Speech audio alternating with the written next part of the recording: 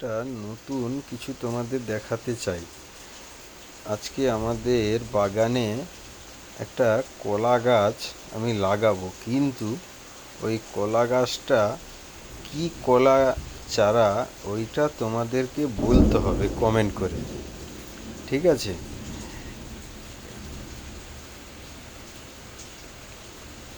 এই হচ্ছে কলা, ঠিক আছে? ফল এটা বড় হয়েছে, ঠিক আছে? এটা কিন্তু সম্পূর্ণভাবে খাওয়ার পরিপূর্ণ হতে আরও কিছুদিন সময় লাগবে, ঠিক আছে? মোটামুটি এই গাছগুলা খুব অল্প দিনে ফল হয়। আপনারাও বাড়িতে ট্রাই করতে পারেন, খুব বেশি দিন লাগে না এই গাছগুলা, ঠিক আছে?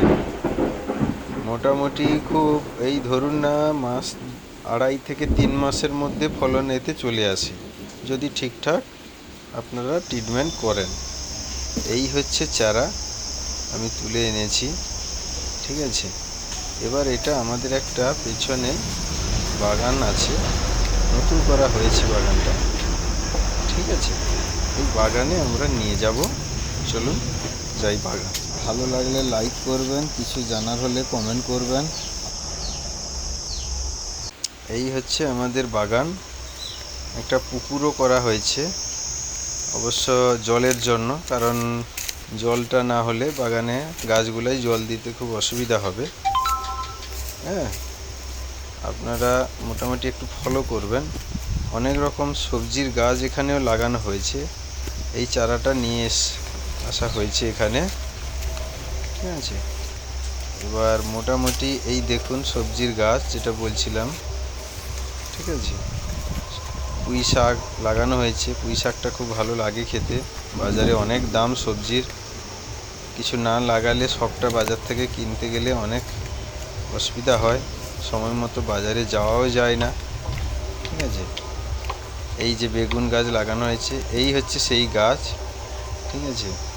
এই গাছের পাশে এই ফাঁকা একটু জায়গা আছে, এখানেই লাগাবো, কারণ সব জায়গায় তো লাগানো যাবে না, মাটিটা ভালো হওয়া চাই, ঠিক আছে? অবশ্য আগে অনেক গাছ লাগানো হয়েছে এখানে, ঠিক আছে?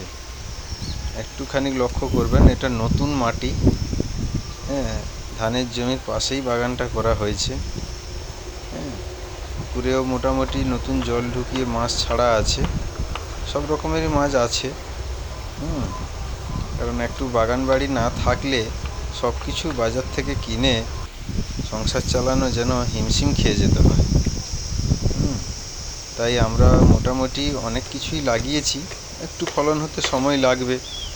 কলা গাছটা বেশ কিছু লাগানো হয়েছে, এটাও একটা নতুন ধরনের কলা গাছ, যদিও নামটা বলতে হবে আপনাদের, আমি বলছি না। এবার অনেকেই বুঝতে পারছেন কী কলা, আবার অনেক হয়তো ভাবছেন কী গাছ। বেশি বড় হয় না, 2 থেকে 3 মাসের মধ্যে এই গাছে ফলন হয়, কিন্তু এই গাছ লাগানোর খুব হিসেব আছে। আপনারা যেমন তেমন করে লাগালে কিন্তু এই গাছ বাঁচবে না, ঠিক আছে? এর হিসেবটা হচ্ছে আপনার খুব অল্প মাটিটাকে খুঁড়তে হবে, মাটিটা খুঁড়ে ওই গাছের যেন ওই গুঁড়ি, যেটাকে গোড়া বলে, গোড়াটা যেন খুব বেশি না ঢাকা হয়ে যায়, শুধুমাত্র শিকড়টাকে আপনাদের ঢাকা দিতে হবে। এই দেখুন গাছটা মোটামুটি আমার বসানো হয়ে গেছে, মাটিও ঢাকা দেওয়া হয়ে গেছে। এবার মোটামুটি একটু জল দিয়ে দিতে হবে। এখন থেকে যদি ধরে নেওয়া যায় ঠিকঠাক, যদি গাছটা বেঁচে যায় 2.5 থেকে 3 মাসের মধ্যে,